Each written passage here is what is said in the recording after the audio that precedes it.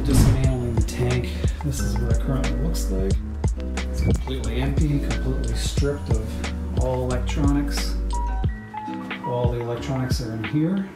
And this bucket, that's got all the sensors and the PVC piping for the pump, and the overflows in there too. And as you can see in my EP10s, can you believe all of this fit in that tank? That's crazy. And here's a T5 system with the LEDs all disconnected. And all of this is getting out of here. And now all of this needs to be installed back into the cabinet. And while I was down here doing some wiring, I thought I'd show you exactly how I do some of my wiring. A lot of times you're gonna have something that requires 12 volt DC, 2 amp, 3 amp. You're gonna have a plug that looks like this. And unfortunately, no matter how you put this, it's just kind of out of place. So what I'm going to do is I have a lot of electronics left over, and so I've just cut the end of a cord off. I'm going to make this connected to these two, and then I can plug this, normal outlet in the EB8 so it's not sticking out either side. So basically just strip your wires back and then solder them on the right way. And the good thing about this plug is it doesn't matter how it's plugged in. Just for this video, I'm going to have the plug plugged in this virtually. When this is plugged in, I'm going to follow this line all the way down, which is the black cable. So I'm going to solder the black cable onto this side and the white cable onto that side like that. And as you can see a little clearer, when you're looking at an EB8 or any outlet for that matter, one of these posts is a little bit bigger. As you can see, the left one is a little bit bigger and the right one's smaller. And the same thing goes for the plug. There's going to be one side that's a little bit bigger and a little one smaller. So just make sure they line up correctly. And now with everything soldered and taped, and I used a lot of tape on this just to make sure when I put this in the cabinet there's no metal showing so it doesn't short out. I'm going to run this cable where it needs to go. And on the apex, this is supposed to go on 5.5. This EB8 is labeled 5, so it needs to go on the 5th plug, which is 1, 2, 3, 4, 5. And now this is now this plug. So if I go to the apex and hit the sump light, you should see it come on. Look at that. Works great. So now I'm back and I have all the gear. And what I'm going to do now is just drop all this stuff in some fresh water. So now I have everything in the bucket, and it's hot water in the bucket as well. And the next thing I'm going to do is just add some distilled white vinegar. Just about that much. And I'm going to plug in the pump in here. And now that's going to circulate the water and hopefully kill everything on all this equipment so I can put it in the tank. And now I'm installing the heaters. And on the bottom of the heater, you can see that it's not touching the bottom of the glass. It's a perfect height. And now both heaters are installed and installed in the track. It looks pretty good to me. It actually looks really clean. Just a few little minor adjustments of the cable tension and they'll sit straight, not hit up against the glass or anything like that. Looks pretty good. So now I just got to plug those in and remove these two temporary heaters. I'm now at the point where I need to find a final spot where I can install the automatic top-off outlet. In my old tank, I had the ATO container in the sump and the outlet drip into the overflow. It works so well, I decided to duplicate that setup on this tank. I had to cut a notch in both the aluminum trim on the screen net top and the overflow cover.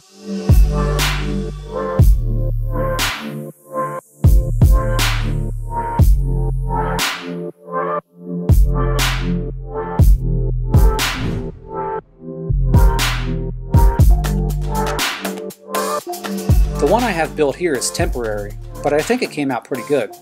And after about 3 hours of cleaning, this is the pump. And what I need to do now is connect this piece of what I made earlier to this. And this took a lot of measuring and took a lot of time to get it just right. But once these two pieces are sealed together, this is a perfect measurement. So what I need to do now is just seal these two together and wait till it dries, and then it's ready for the tank. And now that the sump plumbing has fully dried, it's time to swap out that pump.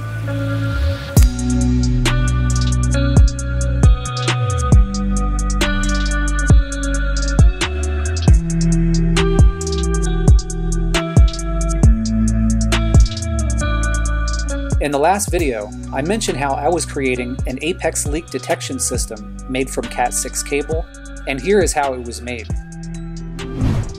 I started off with 2 pieces of ABS plastic cut to fit the holes of the MDF sump base. Then I took the Cat6 cable, stripped the ends, drilled 8 small holes in the ABS, then threaded the holes with the Cat6, then connected 2 more cables together, and then lastly threaded those through the holes.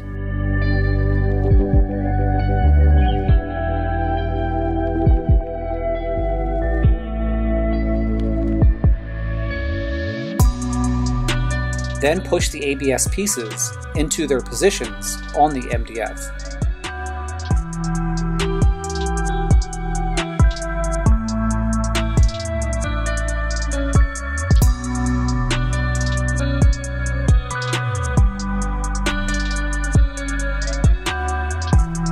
So in my Apex, I have a sensor called overflow. Now when I go to configuration, and go to probe input setup and go to overflow, which is switch 6. And as you can see, the overflow is open. And now in my sound warn, you can see if overflow is closed, then on, which means if the overflow is open, it'll turn my sound warn on and send a chirp to my Apex. So as you can see, my overflow is open and sound warn is on auto. It's off right now because nothing's triggering it. And I just added the wire on switch 6, as you can see, 1, 2, 3, 4, 5, 6. So it's this one and this negative. So let's put the sensor in a glass of water and see what happens. Sorry it's a little crammed in here, but I have the sensor disconnected. And as you can see, that's my sensor. And if I put this in the water, hopefully I get a chime.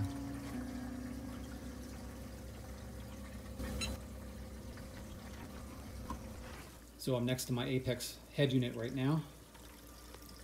So you can hear the chime, and I want to put this in the water. And it just chimed to let me know there's something wrong.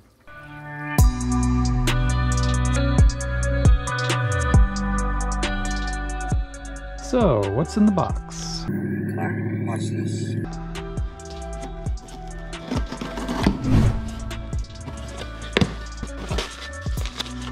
It's a cleaning cloth.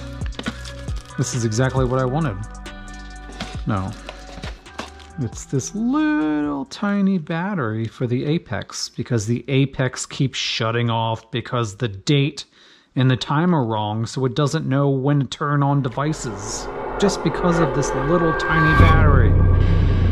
All of this.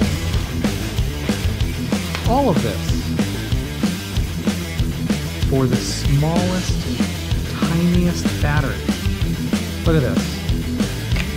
It seems like I keep running into a lot of problems with this setup, and one of the problems I'm having is this Apex unit is not saving any programming I put into it. I go on the Apex page and I even just try to alter like an outlet. It's not saving it. It'll save it, but when I lose power, it erases it. And what had happened was, take for an example, this EB8 is labeled EB8 number 3, EB8 number 4, and EB8 number 5. Now when I lose power, somehow this is now 5, this is 3, and this is 4. So if I disconnect the Apex right now, or if I lose power, on this particular EB8, this is the pump. When things switch, this is now the ATO, and that automatically comes on and just empties a whole 5-gallon jug or a 3-gallon jug into the sump. And if I have calc in there, that's going to completely nuke the tank. After a lot of investigation, is these classic Apex units have a battery built into them. So what I'm going to do right now is take down the Apex system and replace the battery. Now when I do that, it's going to knock out all of this. So what I have here is a power strip, and I'm going to take off EB8 3, which is 3.1, which is the power cord, and EB8 number 4.3, which is the MP40. And this shouldn't take me too long, so I know the tank's not going to get too cold because I have to disconnect the heaters. So what I'm going to do now is shut down the Apex system, but first I'm going to take the pump off. Pump should kick back on, and I'm going to take off the MP40 and plug that in temporarily, and then disconnect the brain. And this is what it looks like And that's the battery I need to replace right there. So unfortunately, these batteries are actually soldered to the motherboard. Why they're soldered? I have absolutely zero idea. Apex, seriously, you guys really dropped the ball on a lot of things. I hope your newest products that come out do not have batteries soldered to your motherboard, so you have to send them in. Now, I'm just going to take the battery out of the bag and just make sure it's the same thing. And it is. It's the exact same battery. So now I'm going to need to solder this battery in the place of that. So I have a lot of this Cat 6 or Cat 5 cable strands left, and inside of these cables are copper pieces that look like this. So what I'm going to do is I'm going to solder this piece of copper on this battery on the positive and negative side. Now with the old battery removed and the new battery installed and soldered into place, now I'll just put the faceplate back on and hook this up to the tank. And now with the Apex temporarily hooked up, as you can see it's not mounted, I'm going to turn on the laptop and see what date it is. So on the Apex configuration, it says that it's December 27th, 2008. So I guess we just traveled back in time.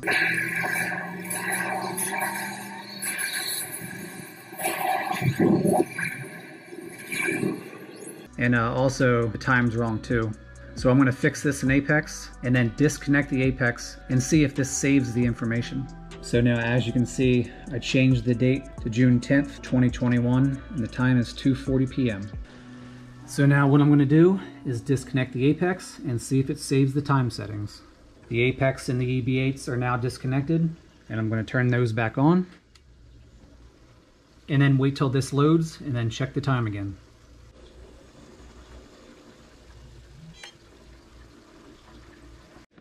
And I'll refresh the page. And now the time is the right time. It's 2:47 and it's June 10th, 2021. Success. It's the small things, you know? It's just the small things that matter.